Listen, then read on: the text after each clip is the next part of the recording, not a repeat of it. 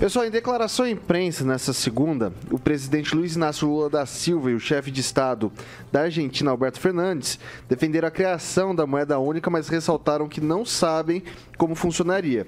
Abre aspas. Por que não criar uma moeda comum do Mercosul, uma moeda comum dos BRICS? Há países que têm dificuldade de obter dólares, disse o petista. Não estranha a curiosidade que uma discussão como essa apresenta, porque tudo que é novo causa estranheza. Mas acho que tudo que é novo precisa ser testado, porque não podemos fazer no século XXI aquilo que fazíamos no século XX, acrescentou. O líder que antes havia brincado dizendo que se soubesse todos os detalhes, ele seria ministro da Fazenda e não presidente. Fernandes, por sua vez, completou a fala do amigo declarando: não sabemos como funcionaria a moeda comum entre a Argentina e o Brasil, mas sabemos o que acontece com as economias nacionais tendo a necessidade de funcionar com moedas estrangeiras e sabemos como isso é nocivo.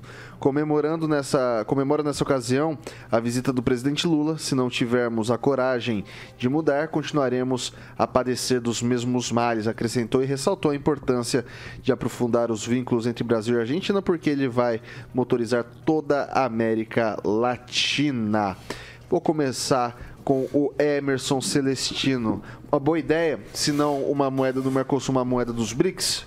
Uma péssima ideia, né, Vitor? Essa reunião do Lula com o Fernandes na Argentina quase que acaba com a Polícia Federal, né, lá prendendo Maduro. Ele cancelou a visita dele, né, com o trio Parada Dura. Isso é do Foro de São Paulo, Vitor, né? Essa dolarização, essa moeda única para a América do Sul. O que a Argentina, com uma inflação de quase 95%, tem para oferecer para o Brasil? Né? O povo lá tá desesperado. Né? Quem foi para a Argentina esses últimos 3 anos sabe do que está acontecendo lá. Né? Os turistas, e eu conheço gente que foi fazer o mesmo roteiro que fez em 2019, foi fazer agora em 2022, viu a calamidade que está, principalmente a pecuária argentina. Então, eu acho que não tem que oferecer nada à Argentina. Eu acho que isso daí é mais um projeto de poder, de dominação do Foro de São Paulo, que alguns pseudos intelectuais, né, cientistas, políticos, duvidam e falam para o povo que não existe Foro de São Paulo. Eu acho que existe. Eles se reúnem direto, tem estatuto, tem encontros todos gravados, um monte de documentário a respeito disso. Então não adianta mais enganar o povo está esperto, está sabendo. E essa moeda única não é boa para o Brasil, não. Né? O Lula quer ajudar com o dinheiro nosso, o dinheiro do contribuinte, né? Que agora ele vai esfolar. Né? Ele prometeu picanha, mas vai dar imposto de renda para o pobre pagar. Né? Então até saiu uma musiquinha aí, porque o Bolsonaro é mito, mas o Lula é lenda. Colocou o pobre para pagar imposto de renda. Ô, Luiz Neto, a questão da moeda única, isso aí já é algo que vem se falando há muito tempo mesmo. É uma boa ideia ou uma ideia ruim? Olha, Vitor, é uma moeda que, caso surja, tende já a começar desvalorizada, né? Nós temos a Argentina com uma inflação de 100%, caso expanda aí para outros países da América Latina, nós temos a Colômbia com 13%, Paraguai com 8,10%, o Chile com 12,8% e a Venezuela com 300% de inflação. Isso não facilita em nada as relações de comércio, melhora para os outros países, para os aliados do Brasil, que começam a ter um poder maior de compra com suas moedas extremamente desvalorizadas e decadentes, e o Brasil ele funciona em dólar. A gente sabe como é feita as exportações, nosso país é um grande exportador de matéria-prima, seja ela grãos e também a questão da nossa exportação de carne bovina, que é muito forte, questão de frangos também. Então o Brasil é o país que alimenta aí o mundo todo, né? A nossa soja vai predominantemente para a Ásia, entre outros países aí. Então a gente sabe que a economia ela gira em dólar. E uma moeda sul-americana, da América Latina, melhoraria somente os países aliados do governo Lula, né? Daria mais condições, uso do nosso dinheiro, né? Porque alguém vai ter que financiar isso. E geralmente quem financia é o país que tem mais saúde financeira, no caso que é o Brasil, através de empréstimos, possivelmente, através de dinheiro, público sendo utilizado, nosso BNDES, né? O Alberto Sanches, ele foi muito inteligente. Isso, olha, Fernandes, perdão. Independente, né? O presidente lá da Argentina foi muito inteligente porque ele quer utilizar do nosso BNDES, né? Já deixou claro que é um grande empreendimento. É um grande empreendimento para os outros países, porque o Brasil é quem tem que pagar a conta. Se a gente voltar ao nosso passado, a gente vai lembrar da JBS, vai lembrar das empresas que pegaram empréstimo, dos países que pegaram empréstimo. Eu não quero ficar citando Cuba, mas eu tenho que lembrar sobre o compromisso que Cuba tem com o Brasil, que é em charutos. Né? Nós vamos fumar depois todo esse problema que vai sobrar para a população pagar. Calazans, o pessoal falou aqui muito dessa questão da moeda do Mercosul. Confesso a você que foi a primeira vez que eu vi falando de uma moeda dos BRICS. Quando a gente fala dos BRICS, a gente tem a China, por exemplo, que é uma economia pujante. Talvez Índia, Rússia eu vou deixar meio, né? Mas a Índia, principalmente na questão de insumos tecnológicos, e a China, sobretudo a China, seria um lastro talvez um pouco mais condizente do que em relação aos países sul-americanos.